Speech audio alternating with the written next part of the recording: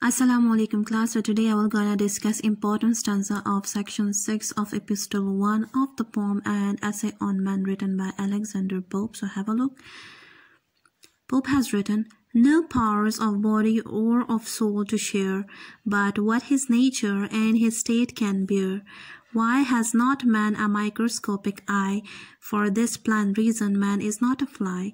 Say what the use were finer optics given to inspect a might not comprehend the heaven, or touch if tremblingly alive all over, to smart and agonize at every pore,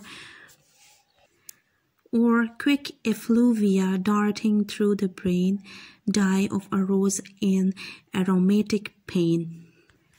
If nature thunder in his opening ears, and stunned him with the music of the spheres, how would he wish that heaven had left him still, the whispering zephyr and the purling rill, who finds not providence all good and wise, alike in what it gives and what denies. So here Pope is actually trying to say that no parts of man's body or of his soul should be compelled to share what his nature and state cannot bear.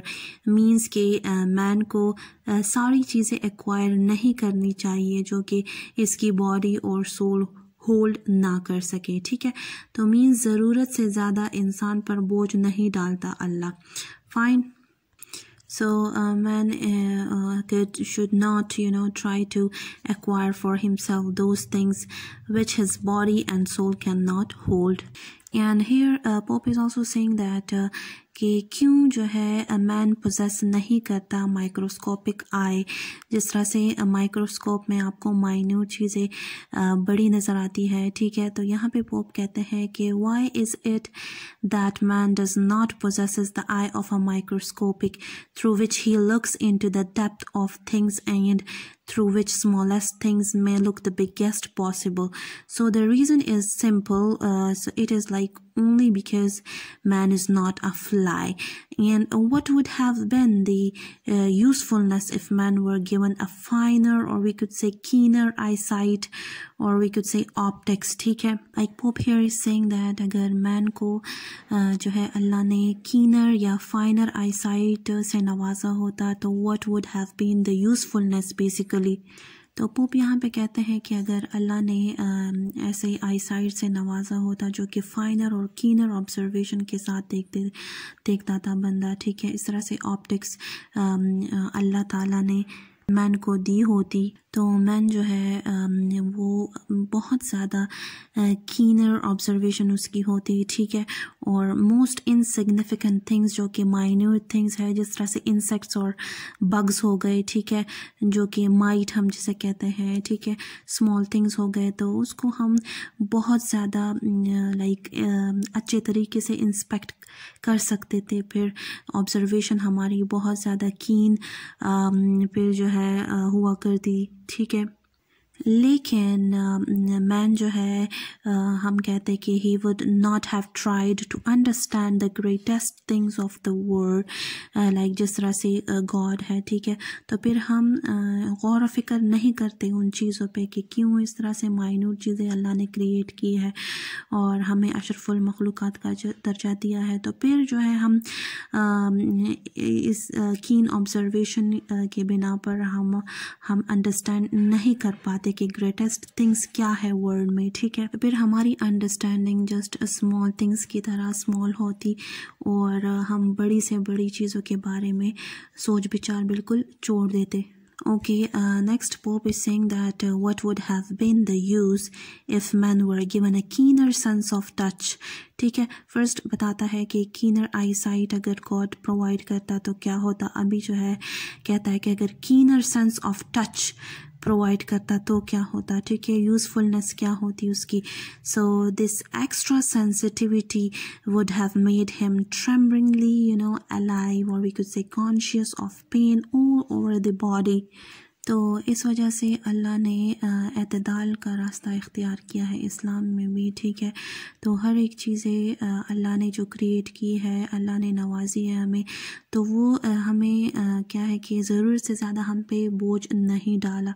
तो अगर कीन observation हमारी होती तो क्या होता, अगर कीन सेंस ऑफ टच हमें अल्लाह ने प्रोवाइड किया होता तो उससे क्या होता कि हमारा जो एक एक पोर है बॉडी का, ठीक है, वो फिर सवियर पेन में मुब्तला होता, लाइक क्योंकि कीन सेंस ऑफ टच हमें अल्लाह ने नवाजा होता। तो फिर आप ख़ुद सोचें कि किस तरह से रिएक्ट करते, फिर आप रिएक्शन में आपको फिर क्या मिलता। तरह से कहते हैं कि excess of everything is bad, तो ये बात सच है। और मैन को भी चाहिए कि वो ज़रूरत से ज़्यादा चीज़ों की ख्वाहिश ना करे, ठीक है, डिज़ायर ना करे, क्योंकि अगर उसकी बॉडी और सोल उसे बेयर नहीं कर सकती, होल्ड नहीं कर सकती, तो इसका क्या फ़ायदा।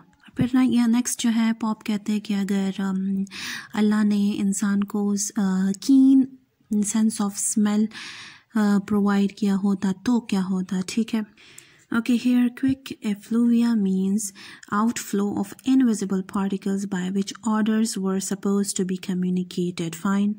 जो कि इनविजिबल एक्सहेलेशन है, ठीक है, एज ऑफ वेपर और अ गैस, तो इट वुड हैव डार्टेड और we could say shot forth through the brain. तो वो डायरेक्टली ब्रेन में वो वेपर्स, जो गैस की वेपर्स है, ठीक है, जो पार्टिकल्स है, जो भी है इनविजिबल, तो वो डायरेक्टली वो ऑर्डर हमारे ब्रेन में चला जाता, ठीक है। And here Pope is actually saying कि अगर कीन सेंस ऑफ स्मेल से अल्लाह ने नवाजा होता तो उसे फिर बेयर ना कर सकता, ठीक है, होल्ड ना कर सकता इंसान की बॉडी। तो in that case man would have suffered immensely and even died of the sweet flavour और we could say aroma of a rose.